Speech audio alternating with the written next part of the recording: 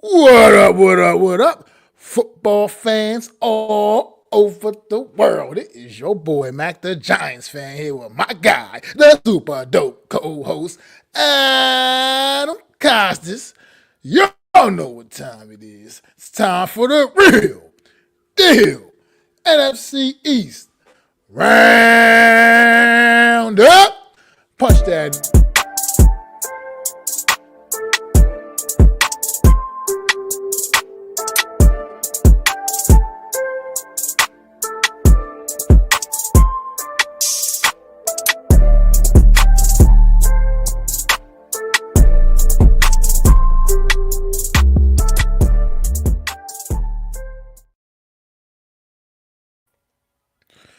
What up, what up, what up?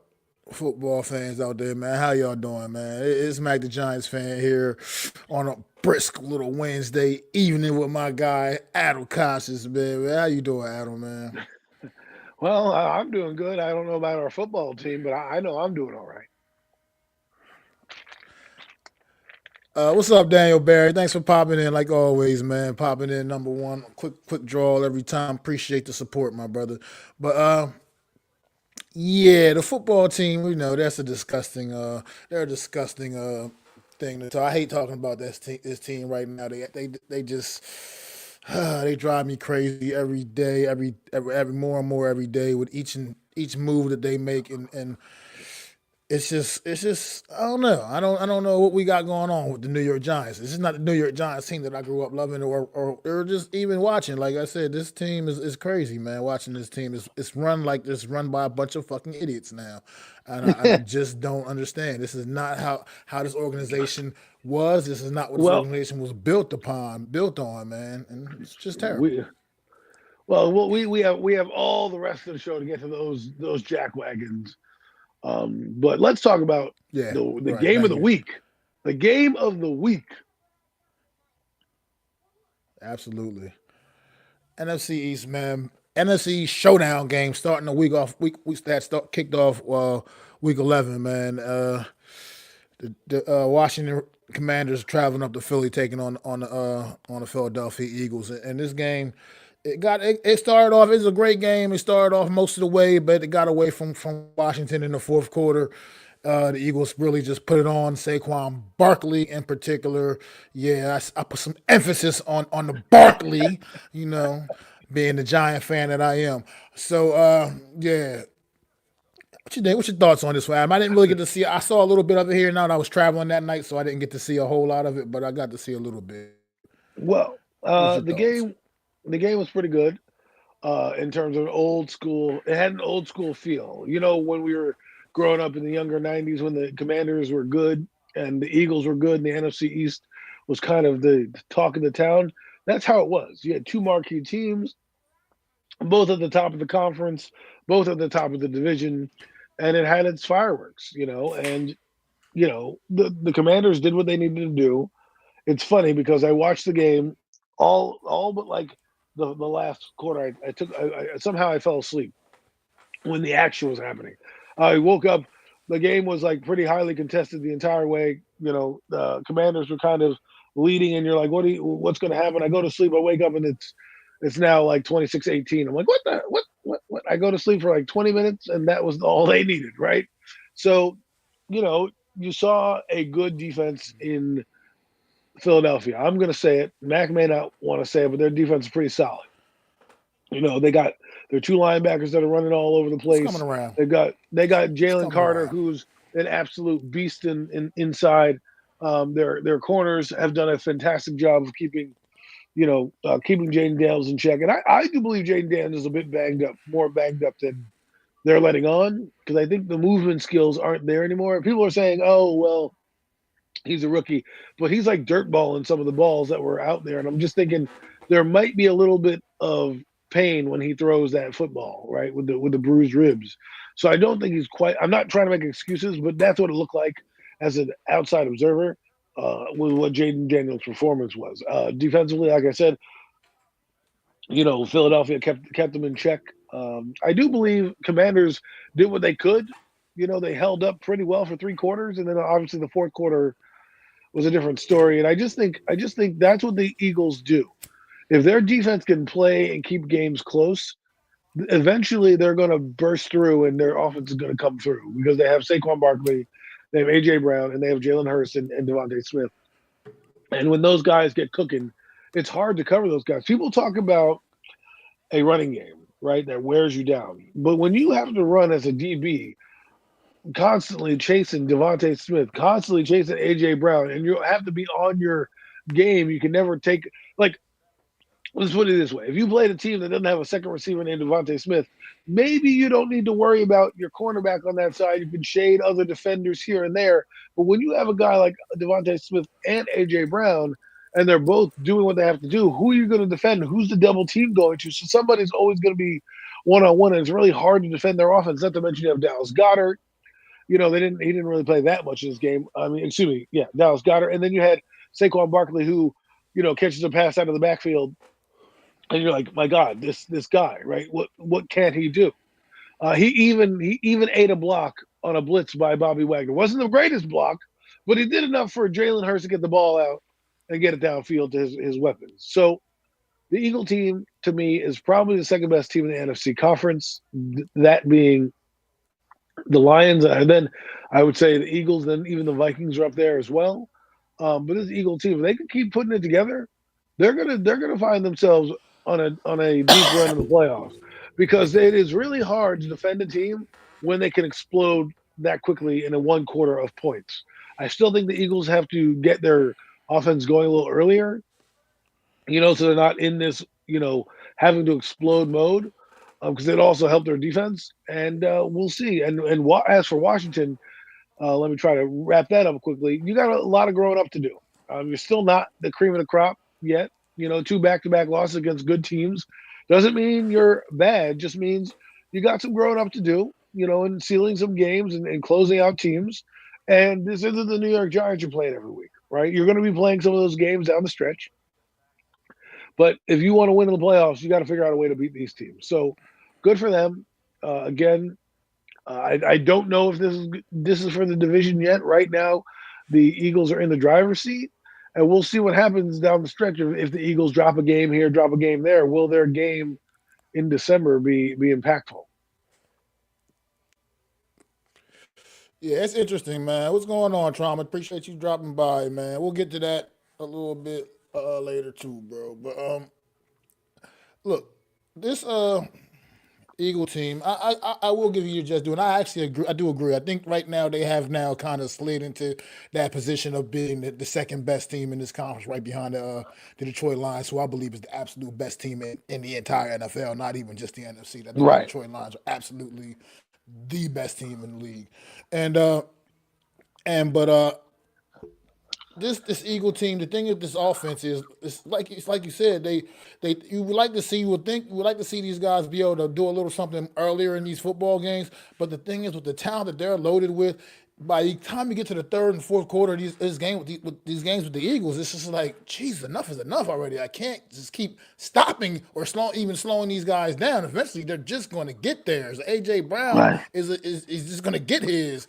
Devontae Smith. I mean, Dallas Goedert's back in the mix, healthy again. And then what Saquon Barkley adds to this team. I mean, we saw that as with them with the New York Giants. I mean, he did a lot of his big time damage third, fourth quarter of football games when guys were just tired, worn out. Defenders were just couldn't continue to stop him. You know what I mean? After a while, you can only slow guys like that down for so long before they're gonna finally get there. Jalen Hurts also, I shouldn't leave him off that list either with their offensive weapons on that side of football. They have a plethora of them. I mean, this I've never seen an offense really Not to stacked the mention, way this offense it quite is not truly. I mean, it's pretty crazy to think of.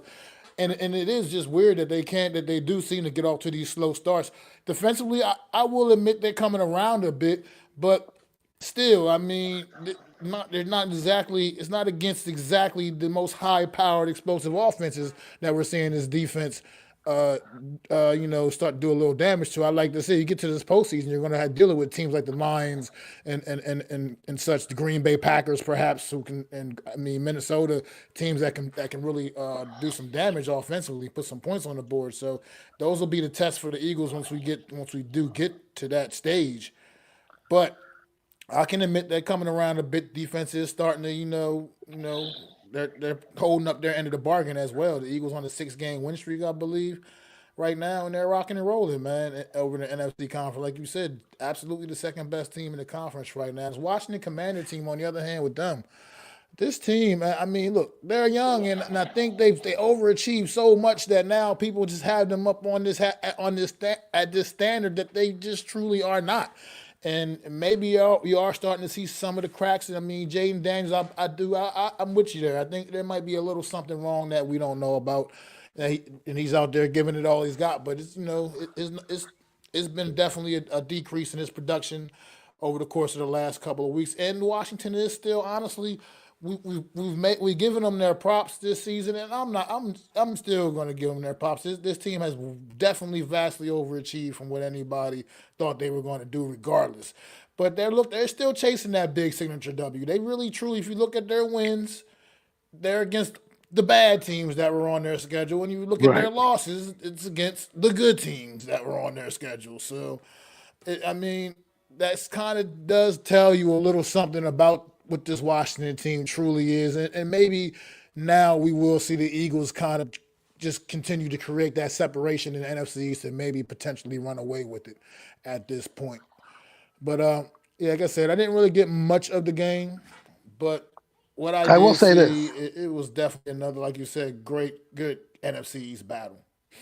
I will say this for the What you Eagles, got, right? Adam? The weapon that we talk about, Jake Elliott, right? He wasn't that automatic, right? I think he missed 2 or 3 field goals that would have made it 9 points, and might have made the game a little different in terms of score.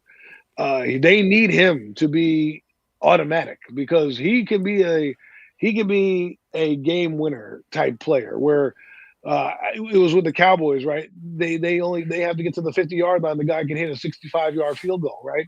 If you got a kicker that can kick 60+ yard field goals, it allows you to have different strategy when the game is on the line if you're down by 2 points or less or need a tie, right?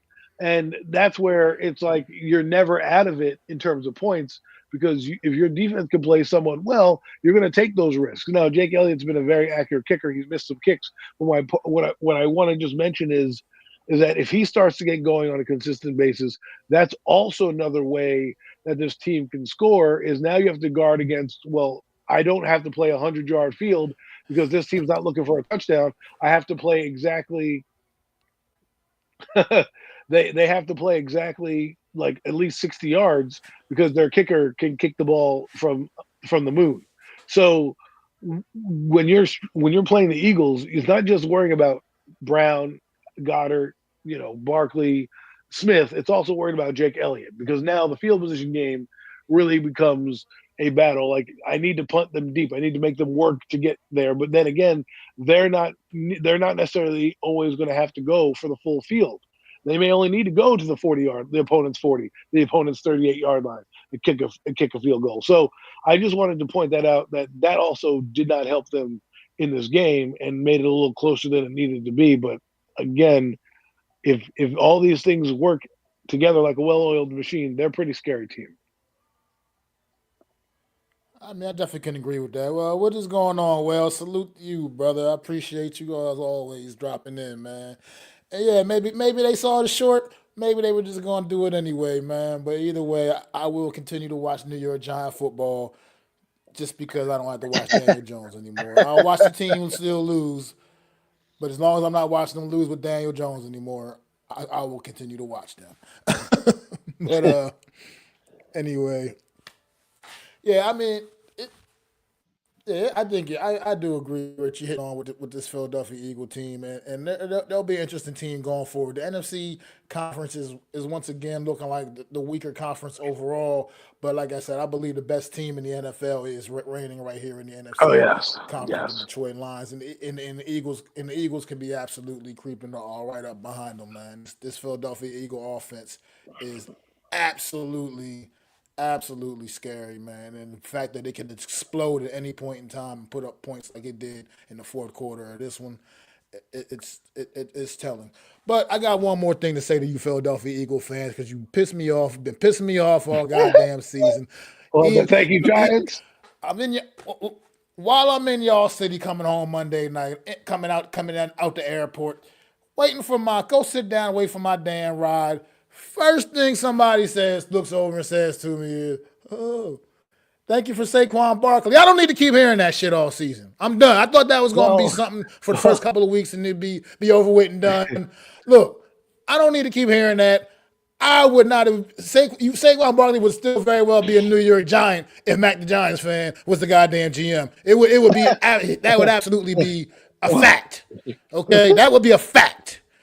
Or he damn sure wouldn't be playing for the Eagles because he would have got traded and it wouldn't have been to the fucking Eagles. So look, with look, all that being said, I'm just tired of you Eagle fans talking about some thank you for Saquon Barkley because what are you thanking me for? You wouldn't have had him if I had my way. If I had my say or had my way, you wouldn't have had Saquon Barkley. So well, I don't mean, thank me. there was an embarrassing moment on Thursday night where the fans of Philly were chanting "Thank you, Giants" during the post game press conference because Barkley was, I think, being interviewed, and of course they're going "Thank you, Giants." Live TV. Of You know, course. the world is watching. World is to see. Thank you, Giants. Let's just put it to this way: it's not been a good day for the boys, and a good week for the boys in blue. Even when a fan base like the Philadelphia Eagles is trolling you, they, people have hard knocks. They know. They see. They watch the HBO special. It's not going anywhere anytime soon. Knowing Philadelphia, the further they go, the deeper they go, the longer it'll go. So, and as long as those guys are here, the bozos who let them go, that chant won't go away. So, that was one thing to take away from this game as well, was that the Eagle fans are trolling the Giant fans, and this has been, I would say, to me, it's a weird All season for season long. Philadelphia, but for the Giant fans, it's gonna be a long one. But to wrap a bow on this, good game, and I look forward to their rematch in Washington.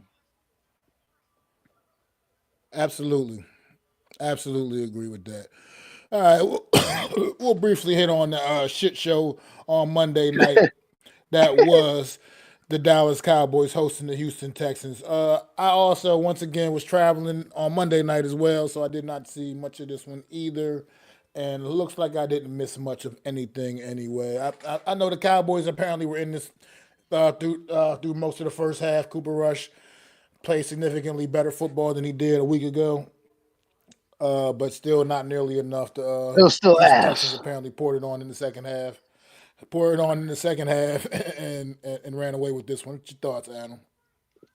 Cooper Rush is booty cheeks. I mean, he is just bad, bro. I mean, they had a chance in this game to kind of keep it close. They had a couple. They had a fumble. They got the ball inside the red zone, and then they throw a fucking pick. And then it's just like It's like watching the Giant offense. It was hard to see score. Now, he hit Devontae Turpin in stride, and that guy got a 64-yard touchdown, which kind of pulled the game close. And you're like, huh, I wonder what that is. But when you watch Cooper Rush, it's like, what are they doing? And I kept telling myself, why are you not putting in Trey Lance, even for a couple plays? Even for a couple plays to change up a bit. He has a stronger Run some arm, gadget plays with him. right? He could be your Shit. running back. I mean, like, think about it. Like, he could run the football for you. They lack a run game, so why wouldn't you want a quarterback to drop back? And if he sees a lane to go, that might tilt the field for you. That might keep some drives alive.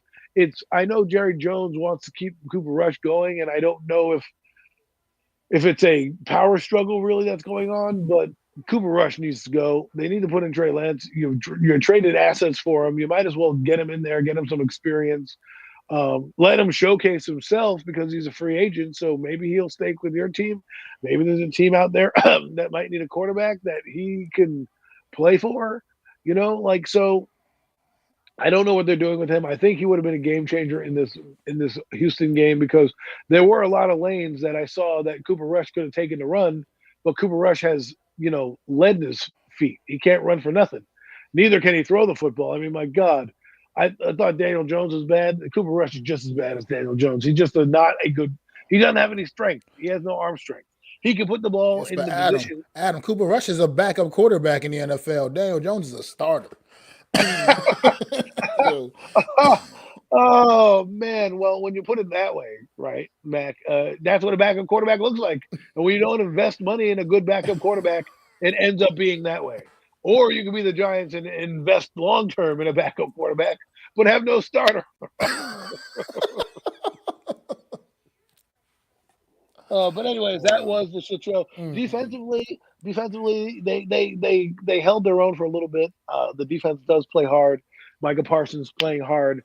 So I don't think that they're truly out of it. I mean, they're a shit show, but the Cowboys. They're gonna get a top 10 pick. They're gonna end up with like some fucking stud player, and we're gonna sit here and watch them get better as we continue to get worse. But other than that, I don't got Well, I don't got much except start Trey Lance. look, in one draft, what the Giants did. I mean, the Eagles jumped up in front of them and got Devontae Smith, and then the Giants passed on Michael Parsons, who was sitting right there for them to pick. so, so And you so know, now we're probably going to have to watch another NFC East team have a bad year with a talented roster that they have, go up and get a top 10 player to fix that roster, get a new coach in there, and next thing we're going to be talking about like, "Oh, what are we doing here? Why did we draft this player?" You know what I mean? Every year it's yeah, going to be like that. absolutely. Every year. Damn But fucking Giants. we can just the Giants. I mean, I don't know. We can just all the fucked up shit that's happened to this team. We can talk about forever, man. But this team's How they're a joke. And how do the but Giants? before we get to them, real quick, go ahead. No, go ahead. What's going on, Slay? Now I was just gonna say, what's going on, Slay? Appreciate you dropping in, bro. But What's up, man? I this Cowboy team to me is no excuse for this team to be this bad as they are, and Yeah, as bad as they have been all season. There's some kind of serious disconnect. Why the inability to run the football is Dalvin Cook truly washed? Like this guy was an elite top running back just what 3 fucking years ago, he was and pretty good now for the Ravens he last can't year. even he can't do shit. Like I don't understand. Like he didn't even have a carry in this game. I don't even know if they even had him suited up. He's just a healthy But scratch. so to me it's mind blowing. I mean, you brought Zeke Elliott back. I thought you had maybe a type of That a guy's role washed. that you were more or less going to insert him in, and yes, almost seemed like you attempted to see if he still had some lead back stuff. No, I think he showed you that he had none of that last year in New England. That at this point in his career, all he can do is be some form of a compliment. And so to me, I don't know. This Cowboy team is made some uncharacteristically, weird moves. I feel like that's blowing up in their face completely. Because this team, to me, we had this team competing with the Philadelphia Eagles in this division, and still legitimately competing with the big dogs in this conference as a legitimate playoff team. And this Cowboy team, to me, it's this is just a mess. It's an absolute mess, and I don't know what they're going to do to fix it. But I just wanted to say that. Well said. Well said. All I was gonna say is when we were moving into the Giants was how do the Giants lose on their bye week? Like how do you lose on your bye week? We're gonna talk about it right now because the Giants lost on their bye week. Yeah, this New York Giant team. We'll get right into it. Yeah, they got they hosting the Tampa Bay Buccaneers. at MetLife Stadium, coming off the bye. Both teams coming off the bye, actually. That's interesting. Two teams both coming off the bye playing each other. But Yeah, to me, look, no I was competitive very advantage. vocal a couple of weeks ago about how I felt about this game, and if I saw a certain somebody tried out there as the starting QB, I would just turn my TV off. Well, the New York Giants did take care of that for me. At the very least, they took care of that part.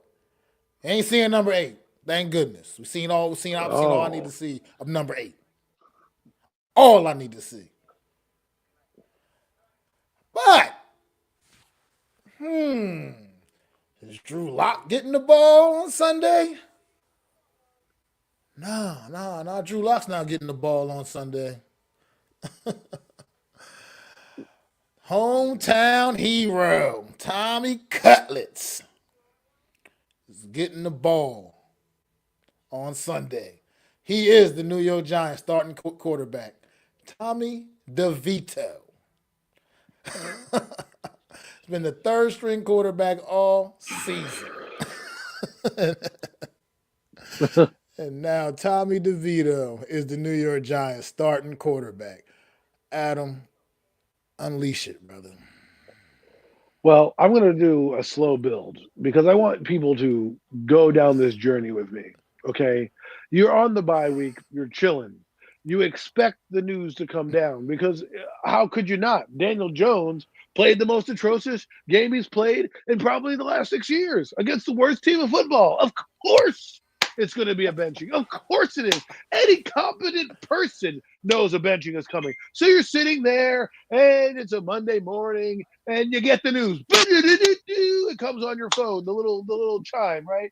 The ESPN alert, and you see scroll across your phone. Giants bench Daniel Jones. Hooray for for Tommy DeVito. What?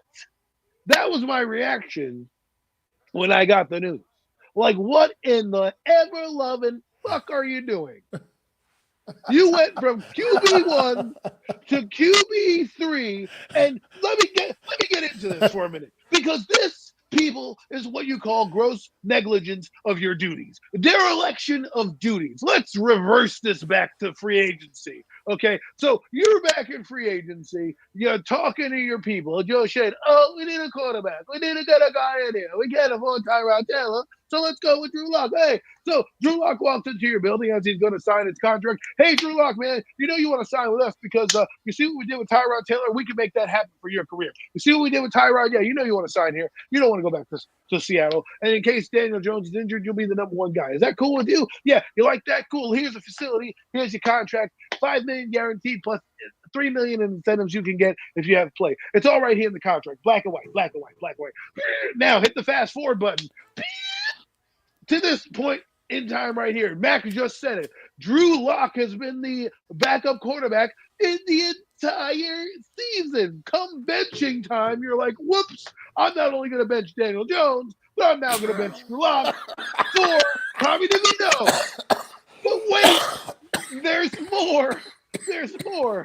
You told Drew Lock, who, by the way, is angry, who is disappointed, as I would be too if I was sold a bag of shit. You told me I had a chance to start. How am I going to make my extra $3 million if I'm sitting behind a guy that you deemed that couldn't even beat me out in camp? He couldn't beat me out in camp, and I'm here. You spent $5 million. So let's do the math. $47 million for a guy that's a fourth-string quarterback, and $5 million to the guy who now is the second-string quarterback to the third-string quarterback. What in the ever-loving fuck? If you do the math, that's $52 million given up in the quarterback position that you have sitting on the side. What I mean, if I'm and Drew Lock is visibly upset, right? $52 million you have sitting in the quarterback room, and you start the As he guy should that be. caught that. I mean, you have $52 million sitting on the bench, and you start Tommy DeVito, and then you sign Tim Boyle because you don't want the injury clause to kick in with Daniel Jones. You're like, hey, Daniel, you know what? Don't even show up. We got this guy, Tim Boyle. He's going to take the third string rep. Is that cool? Is that cool? Like, this is the dysfunction that we're dealing with here. Okay? And all I can see is Joe Shane's little son going, you should have picked your quarterback when you had a chance. You only get one go at this. Meanwhile, you're signing Tim Boyle. You're bringing in some other friggin' bum from the Did you XFL. see the game that Bo Nix had on Sunday, Adam? Did you see the game Bo Nix had on Sunday, Adam? I saw the game that Bo Nix had on Sunday.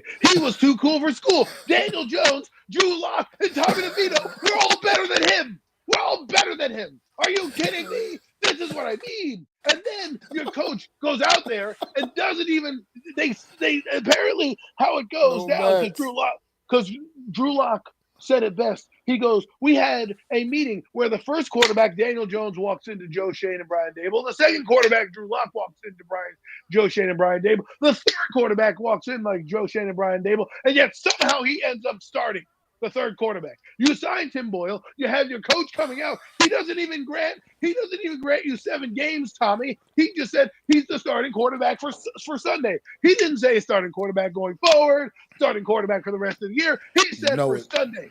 So you know what that means? It means they're probably tight in the purse strings and they don't want to pay the extra $3 million to give to Drew Lock because why not start him out the gate? Oh, because he's going to play half the season and probably hit all the incentives that you don't want to pay. So why are you not fully naming and get behind Tommy DeVito? This is why this team is dysfunctional. And now I have idiots like Dexter Lawrence who talk out of both sides of the mouth. He said 1 minute that he's good with the benching, and the next minute he's saying, you're benching my best friend. What the fuck is going on with this team? This is what I mean by losing on a bye week.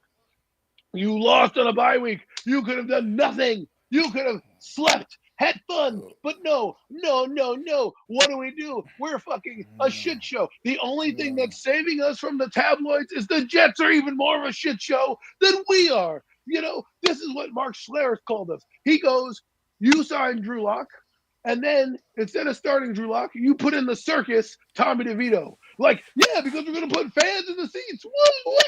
Yay, Tommy DeVito. We're going to have That's Sundays. all it's about, Adam. That's all it's about. It's putting asses in the goddamn seats. That's what this Tommy DeVito shit is all the fuck about. It's about putting asses in the seats. They know that underdog story that everybody's going to come out and root for Tommy Cutlets. They're going to have their fucking T-shirts on. They doing the little shit that they was doing all last year. All of that. They're going to be doing all of that. That's what it's all about. And that's what's sad, but that's what the New York Giants have come to now. That's where we're at. He's so desperate to put people in the stadium that he's going to just start Tommy DeVito just for the draw. Like he's a draw at this point. Not because he's good for this team right now.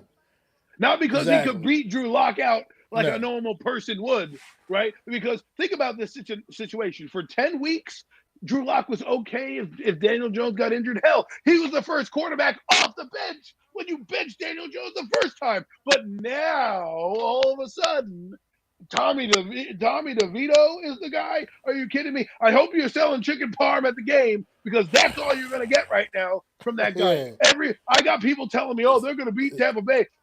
Are you guys watching the same team I'm watching? Tampa Bay is going to come in here and boat race us. They're going to fucking boat race us. And they're going to laugh at Tommy. Exactly. You gave Todd Bowles a week to prepare for Tommy Cutlets. He's not going to. Everyone. I mean, and then now you announced it on Monday, and now here we are Wednesday. And are we talking about the Tampa Bay Buccaneers? No. You know who we're talking about? Oh, you're starting quarterback. How do you feel about it? Oh, you're fucking second string. How do you feel about it? Hey, where the fuck is Daniel Jones? Oh, how does he feel about it? Dexter Lawrence, how do you feel about it? How does this guy feel? We're only talking about the quarterback change. This is why this team is going nowhere, because the focus is on a fucking idiot quarterback who should have been benched probably after the Philadelphia game. He should have. Think about this. Brian, and I'm gonna land the plane soon. Benched 2 years ago. Yeah, he should have. Right, he should have been benched 2 years ago. Right, and let me just tell you something. Okay, I got into a discussion with people. People told me 15 touchdowns was good. 15 touchdowns. I'm going to tell you right now, there are at least 3 quarterbacks with 20 touchdowns in the league right now. 20 touchdowns. Not to mention the guy that we're about to play on Sunday. Okay, let me just break it down for you. If my computer would work, we would show you. He's got Baker Mayfield stats. He has 24 touchdowns. 24 touchdowns, people. Okay, 24 touchdowns. Well, 15 is great. This guy has thrown 24 in 10 games. That guy threw 15 in under 16 games. Dude, that math ain't nothing, man. It's just not. Last year, he threw 28 touchdowns. What are we talking about here? Ladies and gentlemen, this is what you call a fucking disaster. Okay? This is what a disaster happens. And even franchise, a.k.a. Slay, he says Bennix, Bo, or JJ would have been better. Yeah, but you know what Joe Shane did? He laughs at us and says, oh, we're going to get Malik Neighbors, get Daniel Jones an extra weapon. I'm happy with my quarterback. You know, comes outside and sits on the fucking press conference, fucking stutters at the question when you ask him he's okay with the quarterback. What would you say? Yo, motherfucker, you heard me the first time. Ain't nobody else in this room talking but you and me. And you are stuttering on the question because you couldn't have the balls to tell me it was Tommy DeVito. You're starting on the question. And then I got Brian Dable up here. He can't even put his balls on the table and say, hey, Tommy DeVito's our starting quarterback for the rest of the year. No, he's here on Sunday. So if that guy sucks on Sunday, like we all think he's going to, and what are you going to do? Drew Lock's going to sit there like, Steve, I told you so. Daniel Jones is going to be over there like, yeah, fuck you, man. No one's going to care about Daniel crying in the corner, right? And then Tim Boyle's going to be over here like, hey, I'm collecting a paycheck. I'm third quarterback. I haven't been in the NFL in God knows how long, and now I'm collecting a check from these idiots who want to cut Nick McLeod, but want to spend $5 million on a quarterback and then not give any money to the running back that's over there dancing in Philadelphia's end zone. Oh, let me give $5 million to a quarterback. If Tommy DeVito was your number 2 quarterback, you should have fucking started him from the get-go, gave that $5 million to Saquon Barkley, and we wouldn't be in this fucking position. But instead, you're like, let me give you fucking $5 million, Drew Lock, to come from Seattle and be a backup quarterback / starter. Look what we did with Tyrod Taylor, and now you're sitting on the bench. Enjoy that shit. Yeah, that. It's just ridiculous, man. Everything this team does is absolutely ridiculous, man. Wow. You can't make any of this shit make sense. And to be honest, when you coming out asking the players about how they feel about the benching, to be honest, somebody made Dexter Lawrence go out there and clean that statement up. I'm sure, because look, his eyes work too. He know Daniel Jones' ass, so damn right you go with the benching. Should have been got this motherfucker up out of there. Yeah, but I don't think they all really want to say he likes either. Well, you don't feel great about it, but at the end of the day, one thing I'll still will say, at least Tommy DeVito will still make things a little bit fun to look at, and he's gonna wing it. We know he's gonna wing that mother. He's gonna wing that thing. He's gonna sling it. I mean, it ain't always gonna be good. Somebody said, but he will sling it. It's like bringing home the girl at the bar at the last minute. You're like desperate to find something. It's better than what I got at home, so I'm just going to go home with the first thing that I see. That's what Tommy DeVito. And pardon me, the ladies or anybody out there, but when you've all been at the clubs and you've all been there where you're at the last drink, you're like, oh yeah, look at that. You know what? Instead of just waiting and going on an actual date, I'm just going to bring home this. This is good. This is good enough for me. Let's go. That's what the Giants did. They had everything lined up. You could have done it. You know, you're like, and then you signed Tim Boyle. For what? Because you don't want Daniel Jones to be here anymore. So why don't you just cut his ass? Cut his ass. You had trade offers for that guy. There were trade offers. People called you up and were like, would you be willing to get rid of Daniel Jones? And you hung up the phone. And now he's benched 2 weeks later. Are you kidding me? This is why Joe Shea needs to go. He gives me a headache. You know, Brian Dable needs to go because he has no fucking balls. Okay. And Daniel Jones is finally gone. And I wanted to sing the freaking song from the Wizard of Oz. Ding dong, the witch is dead. Ding dong, the wicked witch is dead, right? But no, then I have to sing that song and only get thwarted by the Ringling Brothers and Barnum and Bailey Circus that's coming to town at MetLife Stadium. Because instead of wanting to win football games with Drew Lock, I'm going to have paisans walking around selling fucking chicken parms and meatball parms all over the fucking stadium because that's what we're doing. It's Chicken Parm Sunday. Great job. Hope your chicken parm tastes that much better when we're getting railroaded by the fucking Tampa Bay Buccaneers, who, by the way, are coming in here looking to kick your ass. And may have Mike Evans at their service. He may. I'm not sure if he's coming back. Be able to go on Sunday or not. But I know he's been working his way back into practice a little bit. So gotta keep an eye on that as well. Getting a weapon back for Baker Mayfield will only make that offense even more deadly coming into MetLife Stadium. And yeah, Tommy DeVito, you're gonna have a whole stadium's gonna be. They're all gonna be out there supporting you, kid. But at the end of the day, you still got to make the plays. So I'm not so sure what exactly this is we're what a going to see shitty here. organization does to a man. Get it, Daniel Jones. I was already on an island. I already built that real estate. I'm at the top of the mansion when it comes to that. What I'm talking about is the shitty run organization by fucking Brian Dable and Joe Shane meandering around and pretending to be coaches. They're cosplaying as coaching and GM right now. But they have no idea what the fuck they're doing. The players hate Joe Shane. Brian Dable, the players hate Brian Dable. Nobody wants to work with him. What the fuck is Mike Kafka doing? Nothing. Got a thumb up his ass? Doing nothing? Like, what are we doing? Got Shane Tierney. The defense doesn't do shit. Okay? They don't do shit. What does the defense do? You know how many interceptions the defense has? One by a 6th-round pick, rookie linebacker. One interception. One interception. One INT. That's right. I said one. The rest of the league has like 10. We have one. Not even from our DBs, from a guy that rarely even plays. A guy that's a special teams player. We have an interception. Be quite frank about the defense. Since the sacks have slowed down a bit, we see a big difference in this defense. I mean, let's just face it: the sack they're not getting to the quarterback quite the way they were in the earlier part of the year. Over the course of the last few games, and we're seeing a major difference in what this defense is truly capable, or let's say incapable of doing right now. And it's just ugly all across the board right now. It's just really bad football, no matter how you slice it.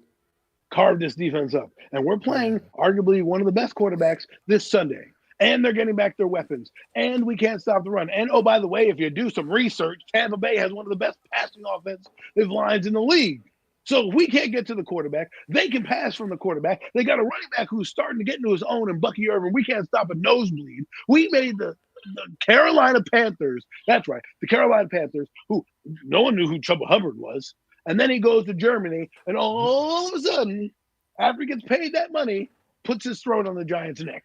And we're sitting here like, oh, well, where's Dexter Lawrence? Where's Rasheem Nocha? And this defense is like, down by points and stuff, and Roches is dancing around. Like, there's no leadership on this team. They got no direction on this team. They're all drama. That's it. That shit makes me sick. Like Nunez Roches, bro, you don't even do anything. You make one tackle a game, and you're like, woo, yeah. Like, good job, man. We see your grill. You're on 2-8 team. Fucking get back online and let's go, man. I'm just tired of this team. Getting your ass kicked if you forgot, you're getting your ass kicked. He does it every game. Huddle, he does it every game. Every game. We're getting blown out. He makes the tackles. Yeah. I'm like, dude, bro, like, get back in line. You go down. You're losing. You're getting paid 28-3. Yeah. You're getting fucking railroad. You can't stop the run all game. You make one fucking tackle, the guy runs into you. He doesn't. Not even a good tackle. The guy just kind of runs, and you're there, right up, and you get up and dance around like, what are we doing? No, this team. It hurts my head. Brian Burns, great job. You had one sack. Where was your disruption? Nothing. Nowhere. Dexter Lawrence getting triple team. People are asking him to be fucking Hercules. Okay, where's Bobby Okereke? Hey, Bobby O, what are you doing? Nothing. Hey, I signed over now. He's like really, really quiet this season. Really quiet this season. Shit. By the way, he liked a couple tweets of McLeod playing his best life over in San Francisco. So we know how you're feeling, Bobby. You want to get up. We get it. You know what I'm saying? The DBs, what are you doing? Deontay Banks can't catch an interception. Fucking Cordell Flott doesn't do shit. Nobody does anything on this defense. I look at our defense and I'm just like, no impact plays. Right. Yeah, no sack fumbles. Not really big impact plays. Yeah. I think we had like 6 turnovers on the year. Turnovers on the year with that one interception. Everybody's getting fired. Fire everybody. Everything about this team is just bad, man. Like there's really nothing. I mean, other than a few individuals. young talents on this football team that look like they got a little potential to be some stars, man. Other than that, man, it's not much to hang your hat on right now. At least with what we're seeing. At least with the way it's being presented to us.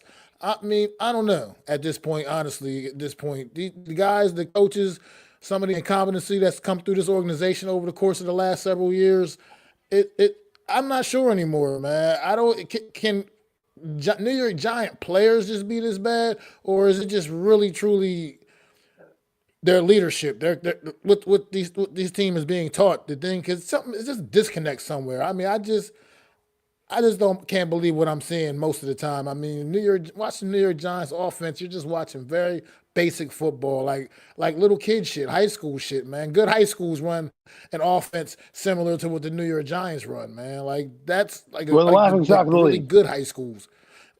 Yeah, so and this it's just I don't get it, man. I just don't Like, understand. So maybe they know something we don't know. Maybe they getting ready to shock us all. okay, I can't see it. Maybe they know well, something about they got Tommy Cutlets just ready to go. Like, yeah, let's here, go. He's ready to come out there here's and hit neighbors on a slant on the first play from the scrimmage for like 73 yards. I don't know. so here Maybe I don't know. here. I'll try to make it make sense for you. Okay, here's Jay Gruden. You know Jay Gruden, John Gruden's brother, who used to be the coach of the Commanders. He Uh, goes, I'm a little late to Washington. this is Yeah. Twitter. I'm a little late to the party. But Drew was the backup all year, but DeVito gets the start. And the explanation: how does a backup get beat out without playing? Billionaires saving a few bucks. Like that's like think about that. Think about that last line. How does a backup get beat out without playing?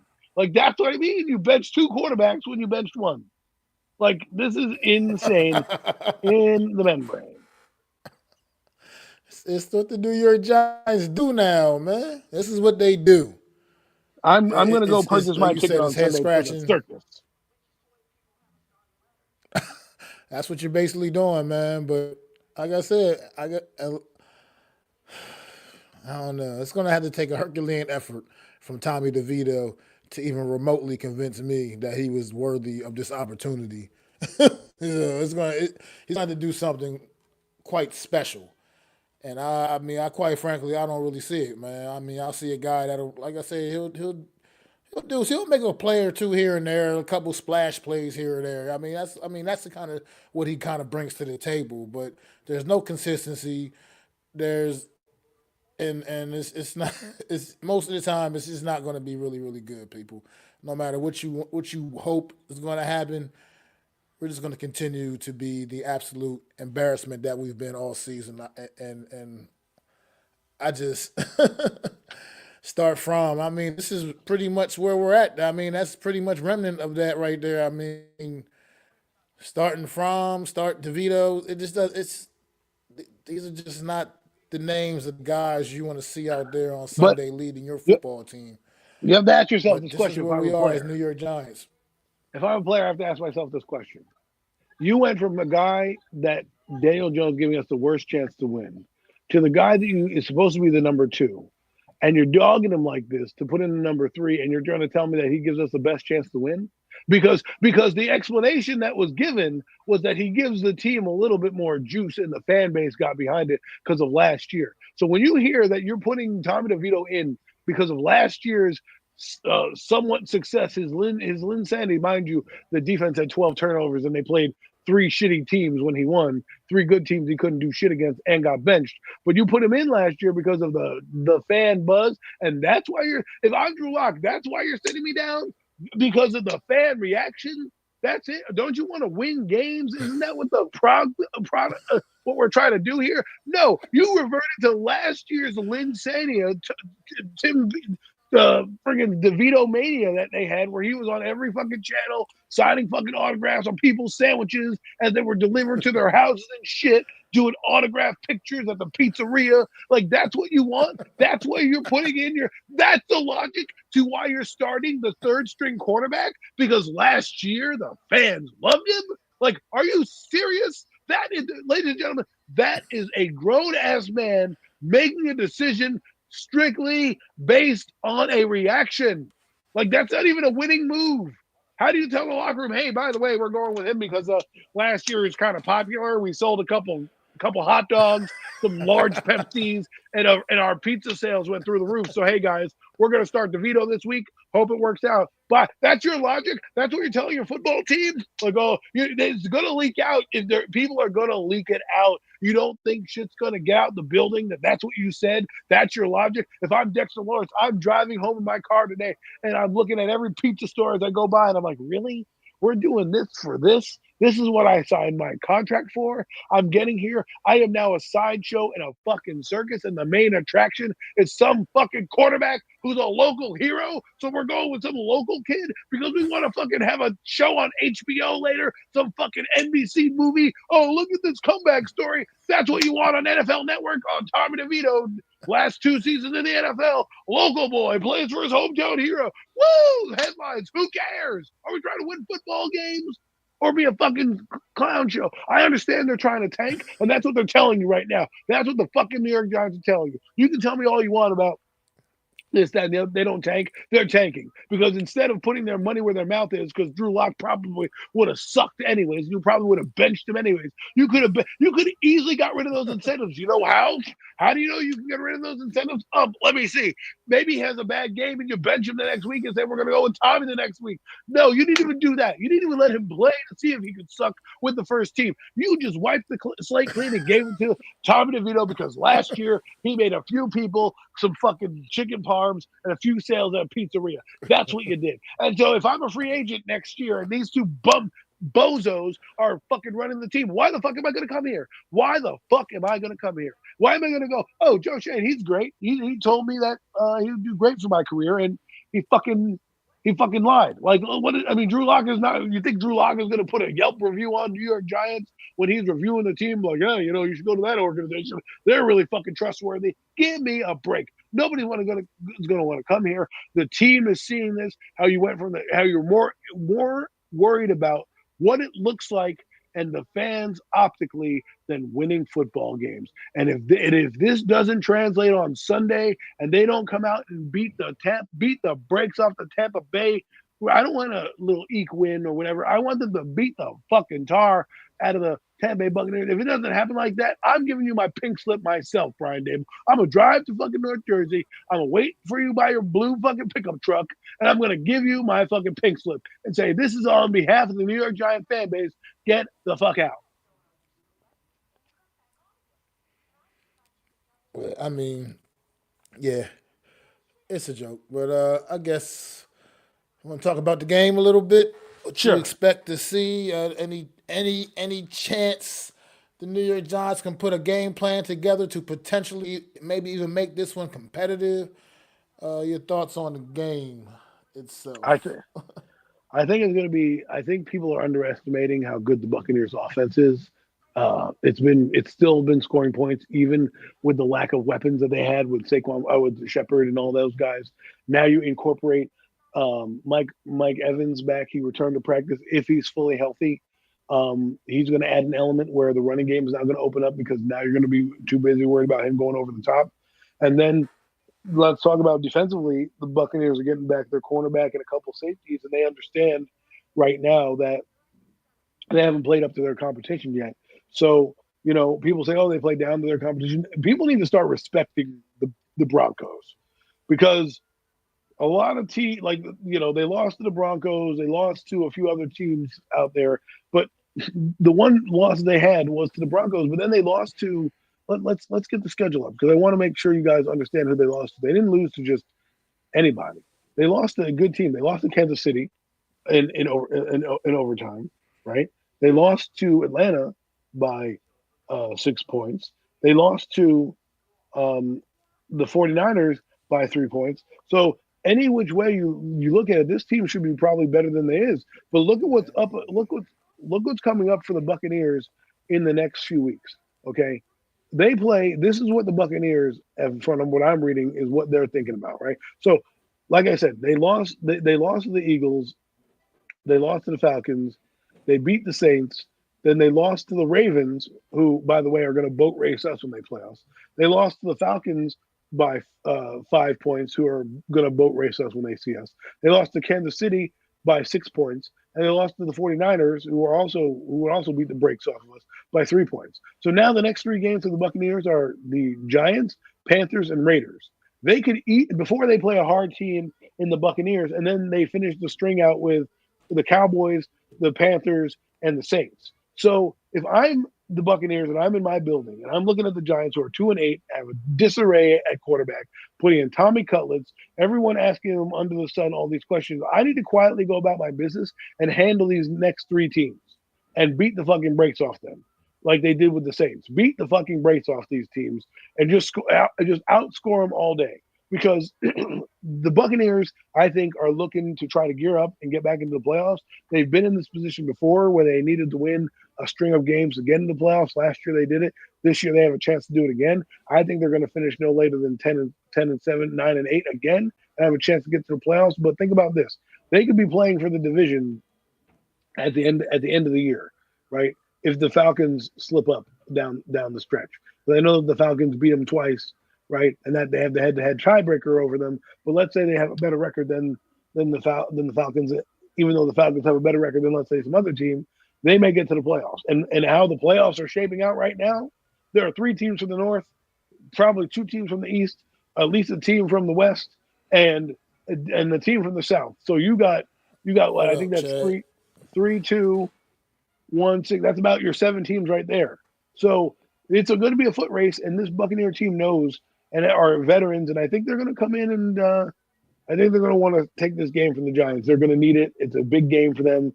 Because if you're looking at, like I said, the Raiders, Panthers, and the Giants, 3 games where they can get their season back on track after facing probably very difficult opponents in the Falcons again,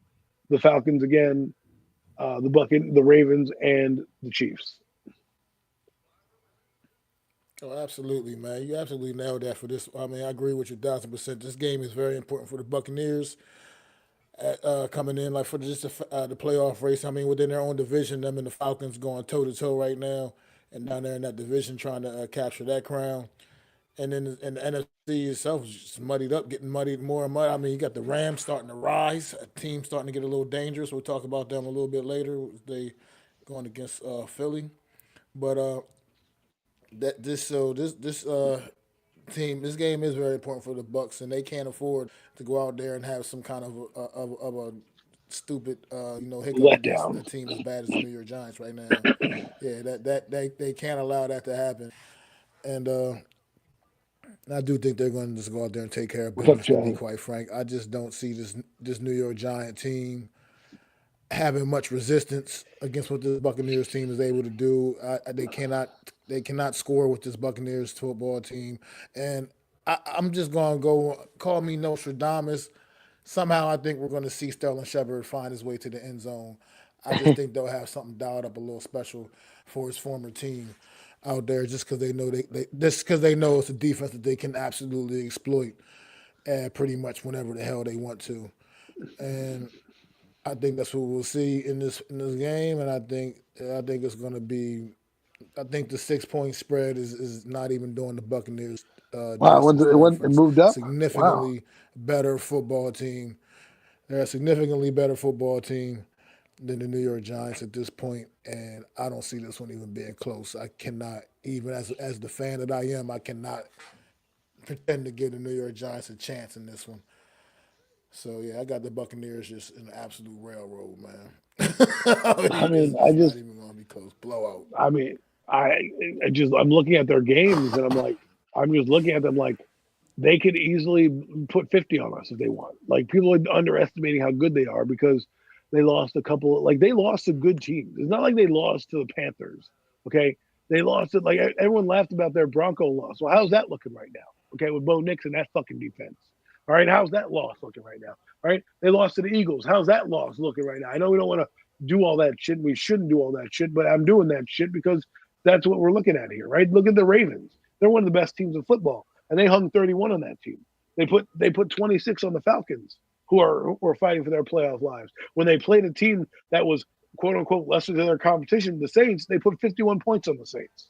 51 points on the Saints. Okay, they know how to score. The Giants don't know how to score. They can't stop the run. And if they get up by 2 scores for some reason, it's going to be good night the lights. I mean, this is the only team that gave the Lions their first loss. Okay, they started out 2-0. They lost to the Broncos. They lost to the Eagles 2-2. They lost to the Buccaneers. I mean, they lost to the Falcons. They beat the fucking Saints. They lost to the Ravens, and they lost to the Falcons, and they lost to the Saints. And the other game that they won, there's another game that they won here. It's supposed to be 3 games that they won. I only see 2 here, but the point is they won. They won 4 games. They won against the Saints. So my point is they are 4-6, and like I said, they see what the path in front of them is. This is the soft part of their schedule. If they can take these next 3 against teams that are in transition, especially the New York Giants, they'll be good to go. And 2 of them are on the road. They play the Giants and the Panthers on the road, and let's just say they're not a bad road team. Again, with the Buccaneers, they weren't bad. They scored 30 on the Falcons, dome teams as well. Let's see if there's any outdoor team. Oh, they beat the Eagles. That was the other beatdown that they had. So they beat some good teams on here. And yeah, so they're not a bad team on the road. They beat the Lions on the road. So I'm not worried necessarily about this team. And Baker Mayfield, he lives dangerously, man. He's going to want to come in here and put on a show. Put on a clip, especially knowing his man Sterling Shepard is there. So I don't think you're that far off, Mac. I'm going with the Buccaneers. I'm going to say the Buccaneers by a touchdown at least. Yeah, I just think that last point you just made, Baker Mayfield. I think one thing for certain, he knows he's coming in here and playing against a bad New York Giant team, so he's going to play with confidence. He's going to come in there and play with confidence. He's going to just let it fly because he knows he's playing against a bad team that he can exploit. And I feel like he understands them. He understands. He sees what's in front of him, and he's going to go out there and take care of business. He's having a tremendous year, and like you said, he's already 24 touchdowns already, with still like what 6, 7 more games left to It'll be go. 28 So after this weekend. I mean, give me a break. I mean, like you said, people are sitting there still celebrating Daniel Jones' 15 touchdown year. Like, come on, man. We're way past all of that right now. I just like you said, just near Giant team's a joke. There's no way they're trying to actually win football games throwing the third string quarterback out there before you even having the backup quarterback play at all, really. How's a guy to back up all season and then all of a sudden now you bench the starting quarter guy in front of him and now the third string guy just leapfrogs you. Just get out get out of here, bro. I'm getting the ball. Come on, man. You cannot be that desperate at this point. I mean, I guess you are starting to get the message that people were going to just start, saying, fuck you, we're not coming out here, sitting out here watching this product. But this is all this is a ploy to put asses in the seat. And it's a joke. And this is where we're at as a franchise, the New York Giants, man. This is where we're at. Let's just hope Jacksonville can lose another game, can win another game, and we can jump up to that number one overall pick. That would be clutch. That way we can get the absolute cream of the crop, the top guy on the board and address this quarterback situation and get this thing at least headed in the right direction. Not saying it's going to be a savior because you can't just expect C.J. Stroud and Jaden Daniels type stuff. You can't expect what you see Bo Nix is doing, getting better and better every week. Caleb Williams is still coming together with him a little bit as well. But I mean, Drake May is also playing good football. I mean, these goddamn rookies is out here playing some damn good football, and we just really just watched all of that just go on by last in April, and now it's our time. I'm not, it's our time. And let us get one of those kind of guys to come in here and hopefully things can start at least, the future can at least start looking bright. Like I said, we're not looking for a savior. We're just looking for some damn hope right now. For the last 6 years, we haven't had any real serious hope. We just had number 8. And that was clearly no hope with number 8. I was 6 years wasted right there at the New York Giants franchise. 6 years completely wasted. And now it's time to really do this thing the right way and get the right guy. So we'll see. But for this one, yeah, Buccaneers. To me, I think it's going to be a blowout. Personally, Adam. I just don't see us being able to score points with this football team. But we will see. But next up, man, in the division, Washington Commanders now taking on the Dallas Cowboys. And this one, uh, let's see. I mean, Washington coming in off a couple of losses. This Dallas Cowboy team though is just looking really bad right now, looking clearly like one of the worst teams in the league. And I don't know, Adam, how you feel about this one? It's in Washington Washington against who? Sorry. against the Cowboys. Dallas going Oh, to they're Washington, gonna beat man. the Cowboys. I mean, they're gonna beat the Cowboys. I think the Cowboys will be competitive, but I think they'll beat the Cowboys. They need to beat the Cowboys. This is the thing about Washington right now. You're reeling. You're a two-game losing skid right now. That you haven't seen that all season. This team is a wounded animal in the Cowboys. They're having their own troubles right now. If you're a good team and you want to be considered a good team, and that you just fell on some hard times with those teams that you didn't beat, you got to beat this team. You got to beat this team because that's what good teams do. Good teams, and that's why I think Tampa Bay is a team that we is misguided right now, and I think they're going to come out and, like I said, beat the Giants because they're a good team and they need this game. I think that's what Washington needs. Get a little confidence back. Beat the Cowboys. Be the slump busters that they need. Because I don't know who they play the following week. I think they might be on a bye week, but they have a tough schedule down this stretch, more so than the Eagles. The Eagles have a bit of a softer landing spot um, than than the Commanders. So if I'm the Commanders, I don't necessarily. It doesn't need to be a blowout, but you need to win this game. Um, like you said, this team is down in the dumps right now. So go get them, and step on their throat while you wait, right? Because after this game, right? Let's look at the Commander schedule going forward, just so we can give you a kind of a better picture of it um, going forward. So the Commanders have the Cowboys, then they play the Titans. Okay, so there's a couple wins you can pick up there. The Saints, maybe you pick up, and then boom. So let's say you do what the Buccaneers do, right? You win 3 games, and you face the Eagles December 22nd. That could be for the division, and then you play the Falcons, and then you finish up with the Cowboys, right? So there's a lot that's riding on these next couple games, and I think the Commanders are going to beat the Cowboys. It's going to be a turning of the tide because I don't remember the last time the Commanders have beaten the Cowboys. And you're going to see them get to their 8th win, and they're going to stack a couple together, and you're going to see them playing. It's going to be interesting to see the Saints game and the Eagle game, right? Because if the Commanders win the Cowboys and they beat Tennessee, will they go into New Orleans, a place that's tough to play, and overlook the Saints a bit, going towards knowing the Eagles are coming to their building, wanting a rematch? That'll be an interesting game to look after. So I think, in a nutshell, Washington's going to win. I don't know if it's going to be a blowout, but they should beat the Cowboys. I hear you, brother. I agree. They should indeed beat the Dallas Cowboys. They really should beat the Dallas Cowboys.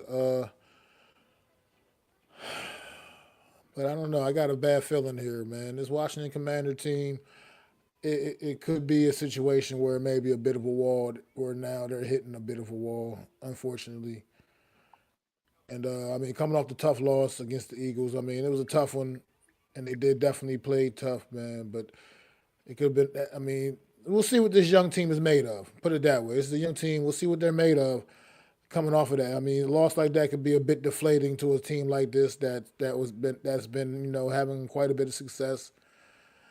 And like I said, really just looking to really get that kind of that monkey off their back and saying that they can play with the better teams in this league, and those are the teams that they've seemed to struggle with thus far are the better football teams. Here's with that being said, you're right. The Dallas Cowboys are not one of those teams. The Dallas Cowboys at this point are a very bad football team, and the Washington Commanders, if they're going to look to preserve their season and really try to keep pace with the Philadelphia Eagles right now, they can't afford to drop a game right now to a team that's playing the way this Dallas Cowboy team is playing. I mean, with that being said, the Dallas Cowboys, CD Lamb came back to life a little bit on Monday night. Had a pretty big night. I know the Cooper Rush led offense is just not really is not as dynamic as it would be if Dak was out there. But it's I mean, it could be enough against this Washington defense potentially. I mean, like you said, I mean they things have kind of cooled down a bit with this football team. The Cowboys defense can get anything going that could change the complexion of this football game.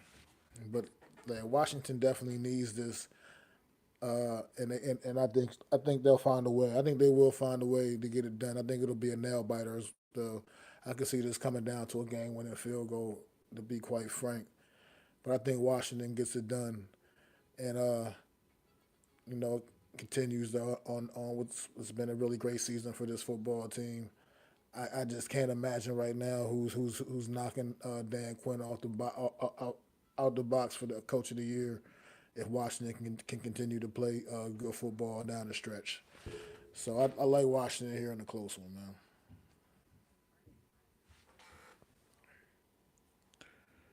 So you picked Washington after all that? But I did. You thought I was going the other way? Yeah, because Thought the I was way, going for the upset? right? So you're like, well, this and that is, and well, I'm going to go Washington in a close. I'm like, what? I thought because of the young and the adversity, you're like the team's in a slump, Cowboy, and you're like, and then you just turn around. And with that being said, I'm going with the Cowboys. That's crazy. I mean, I'm going with the Commanders. Sorry. Yeah. I mean, I think they'll get it done, but I think it'll be a close one, a nail biter. I said it was going to be a nail biter, though. I think it'll be a close one. Yeah. Well, we'll see. We will. And then there was one more game, Sunday Night Football. The Philadelphia Eagles headed out to the West Coast, going to SoFi to take on the red hot Los Angeles Rams football team. Got their weapons. Sam Stafford got his weapons back, got his guys back in the lineup, and they've been cooking, man. Puka Nakua, Cooper Rush, man, definitely making a difference and having a big impact on that Rams offense, man. How you feel about this one, the Eagles Rams? This should be a fun one, man. This could be a marathon.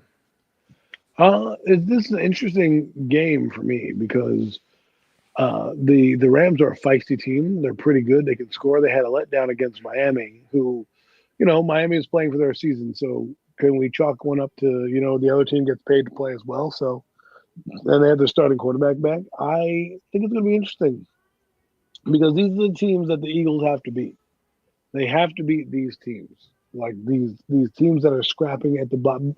Because if they are the number 2 team, a team like LA is going to be coming to your building, right? In late December, early January, or whenever the playoffs start, and you're going to need to be able to match up against them. And I think Jared Verse and a couple of those guys on the Rams, we're going to see how good that secondary really is with Puka Nakua and Cooper Kupp balling out right now. Matthew Stafford having a great season. We're really going to find out how good the Eagles defense is.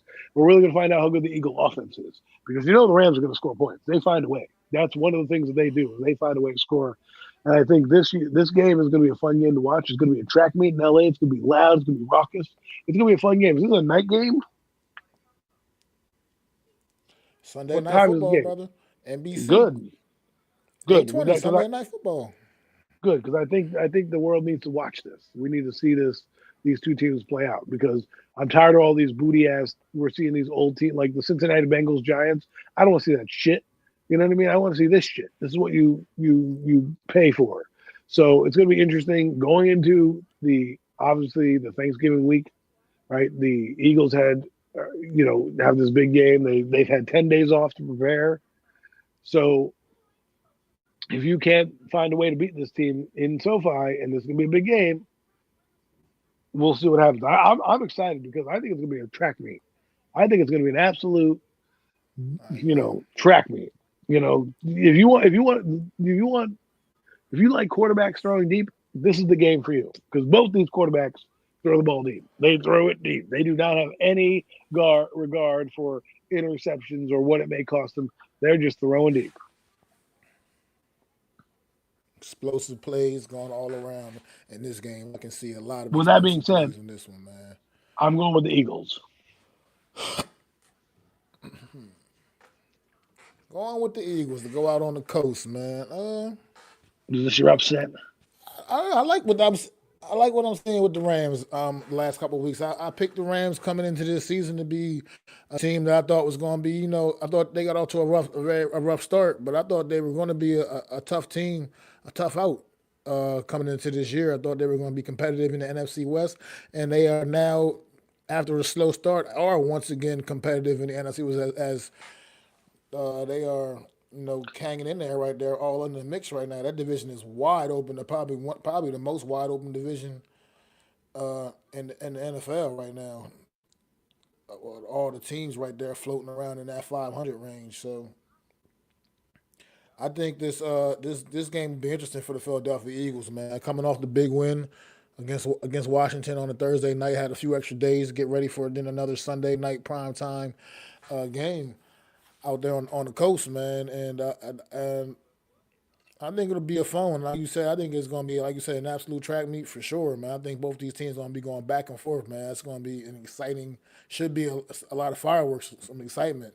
I feel bad for both of these defenses. I think it's going to be a rough night for both defenses in this particular game. But I like what I'm seeing from the Rams right now as well. I mean, A.J. Brown, Devontae Smith, Puka Nacua, Cooper Rush, man, right back at you. I mean, he's talking about four top receivers in the league right here in this football game being showcased. Four top wide receivers in the NFL on showcase prime time, man. You can't ask for anything better here, man. I think the Rams knock the Eagles off here. I think the Rams find a way and get it done, man, at home against this Philadelphia Eagle team. I think they cool the Eagles down a little bit.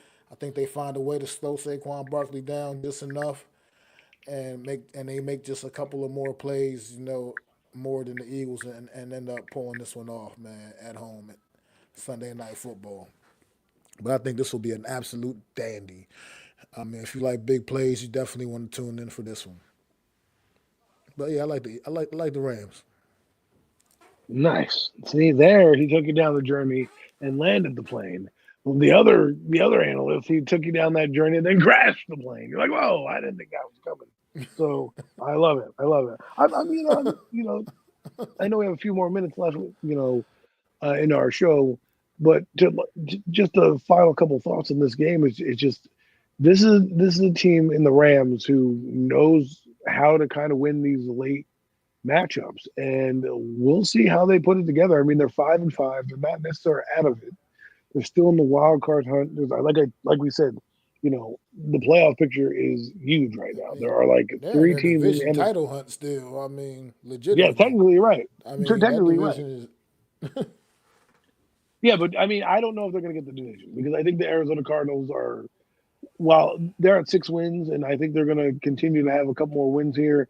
I just think they're going to be at the top of the division when it's all said and done. And I just think the Rams have to kind of keep pace because there's all three teams under the Cardinals are 5-5, right?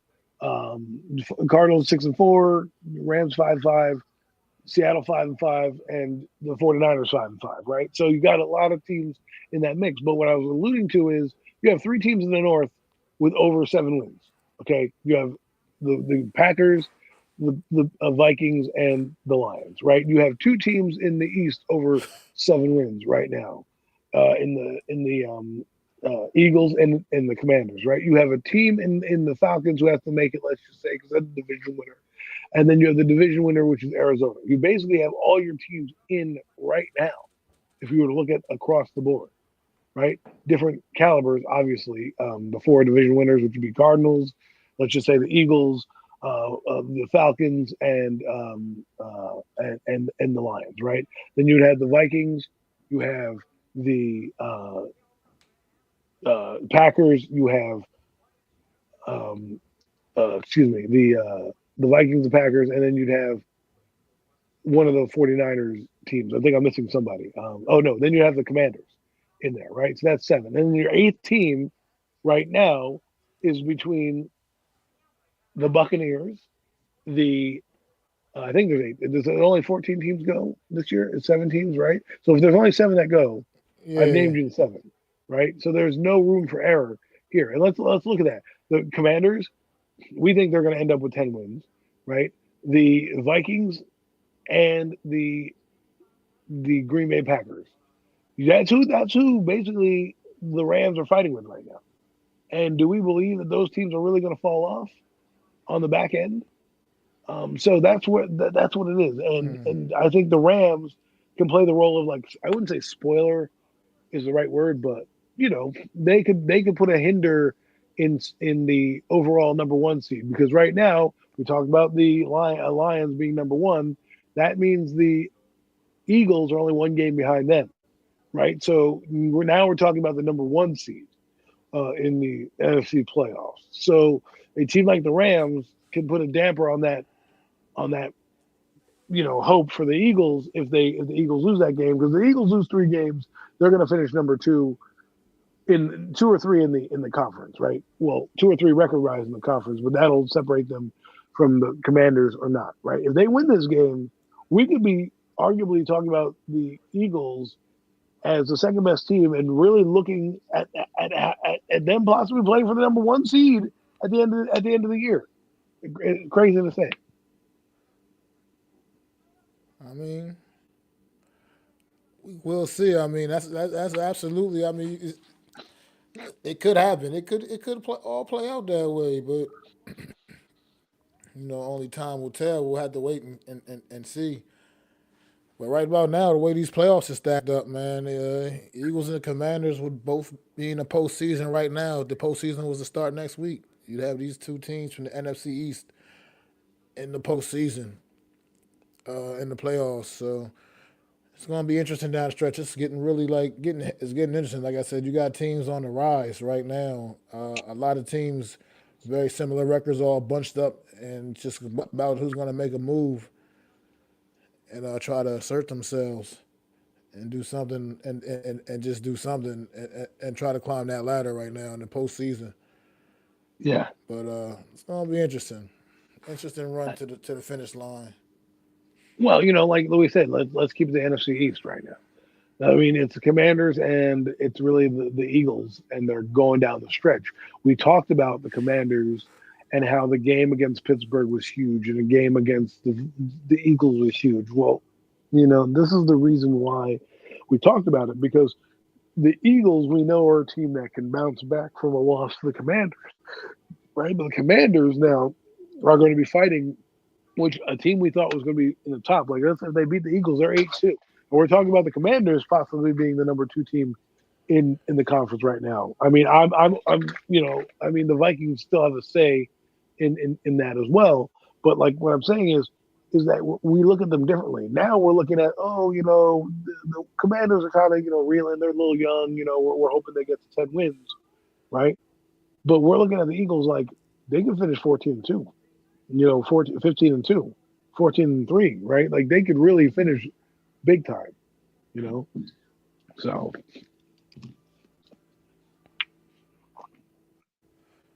I mean, absolutely agree.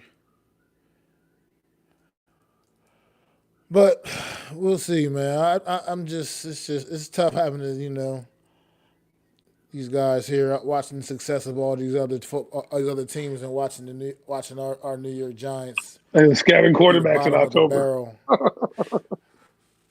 looking at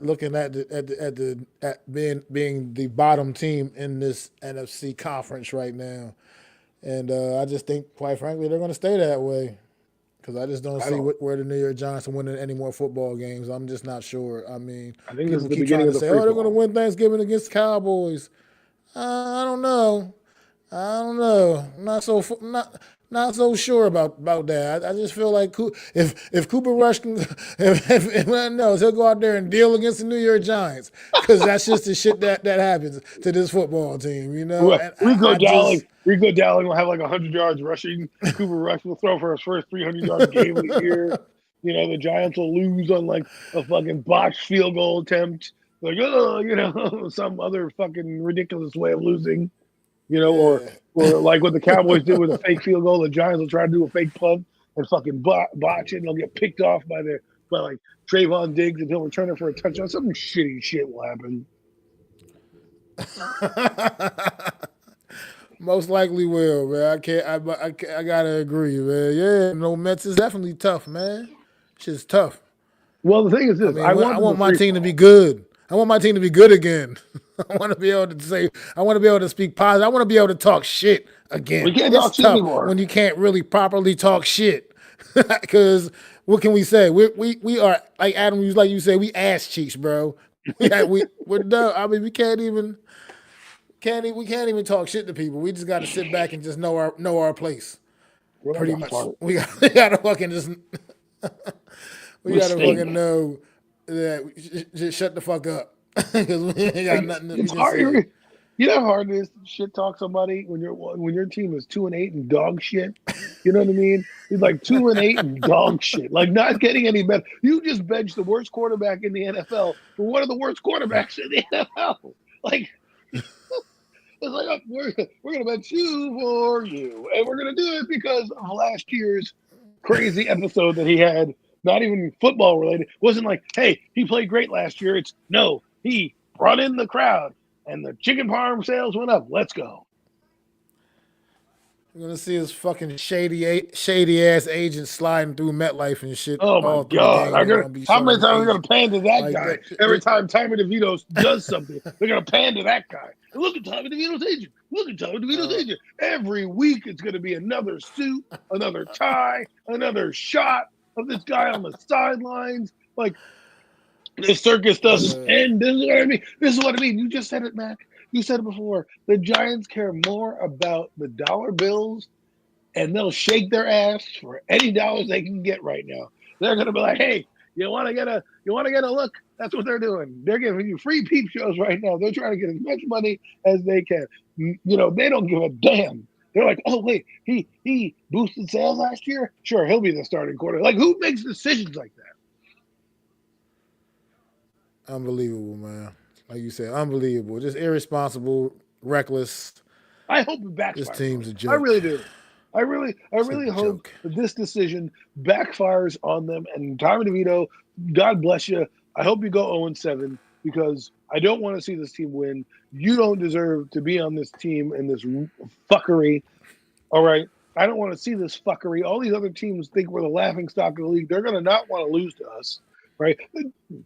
The Jets, they're another fucking problem. And the two New York teams are just burning down right now. Just burning. I was a firefighter. And when you go into a house fire, if the house is fully engulfed in flames, you let that shit burn to the ground, right? As long as there's nobody inside, you let that shit burn, Word. right? Well, that's what the Giants are doing. They're a house fire where nobody's inside and they're just letting that shit burn because that's what's happening right now. They are a complete and utter disaster, both teams. And it doesn't matter if you're a Jet fan or a Giant fan, you're a New York fan in general, your teams are ass cheeks both, right? And one has a quarterback they can rely on in Tyrod Taylor if they want to. They can say, you know what, Aaron, get out of here. We'll bridge the gap with Tyrod for a few weeks as we get our shit together. What do we have? We have a guy who we're parading out there because of the impact he had on the fan base last year and the mania that happened. Just think about that. When you're sitting, Sideshow freak. A just sit there when sideshow you're freak. having it. That's what he Exactly. is. I mean, right? You're paying for that attraction. You're like, it's like going to. I said it's like going to the WWE with the New York Giants, right? People want to bring Bill Belichick back. It's like let's bring Hulk Hogan back, right? Now they have a fucking, some gimmick that they have coming out. Oh, the Italian Stallion that's going to last a second, like the Repo Man and the Brooklyn Brawler, and all those fucking bums that come out there and are really jobbers. That's what Tommy DeVito is. And if this kid wins any games, I want him on the first missile out of this fucking place. I want him on skyrocketing out of here. See you later. Because if you cost us a quarterback again, Tommy DeVito, will come down there or up there, and I will Tanya Harding your knees if I have to, so we can get a quarterback. You know what I mean? And if anyone knows what Tanya Harding did to Nancy Kerrigan, in the '94 Olympics, where she had a goon, kind of take out the competition, so to speak, and she ended up getting a silver medal, still performing. But my point is, we're gonna have to talk to this Tommy. We're gonna have to, say, hey man, sit him down with like his mob bosses and say, listen, we're gonna keep you in the NFL, but we're gonna pay you double the salary to lose games. Like, do something. I mean, yeah, this well, look, it'll be interesting. We'll see. We'll see what happens on Sunday, man. But I think it's time to just wrap this up, get up out of here, man. Thank y'all once again for tuning in to another edition of the Real Deal NFC East Round-Up. With myself, Mac the Giants fan, and my guy Adam Costas. Make sure y'all go to my channel, Mac the Giants fan. Hit that subscribe, hit the thumbs up on the channel on the stream. Go to Adam Costas' channel, do the same damn thing. Hit that subscribe button, man. Hit thumbs up. Make sure y'all keep supporting us, man, and we gonna keep bringing this to y'all each and every week, man. Go subscribe to the Hardcore Sports Network, big network of sports content creators, bringing it to you from everything you can imagine, from football to baseball to basketball to hockey to everything. Got everything going on the Hardcore Sports Network. So just appreciate the support. Me and Adam will be back at y'all next Wednesday. We'll have to talk about that, but we should be back next Wednesday. I would assume day before the holiday. We'll figure something out. Yeah, we might have to do something, because I think we'll have to talk after this or during the week. We'll talk. That's what I said. We'll talk. That's what I just said. We'll talk about it, and we'll get back to y'all about what's going on with next week's episode. But I am Mac the Giants fan. This is my guy, the super dope co-host, Adam Costas, and we'll be back next week for another edition of the Real Deal NFC East Round-Up. Pass. I'd like to thank you all for listening. If you was feeling this, please take time to subscribe and smack them likes. Feel free to drop a comment. Let me know what you think. Don't forget to ring that bell so you know when I'm dropping new content. It's your boy, Mac the Giants fan. You can find me on Twitter, YouTube, and Facebook at Mac the Giants fan. That's MacDa Giants fan.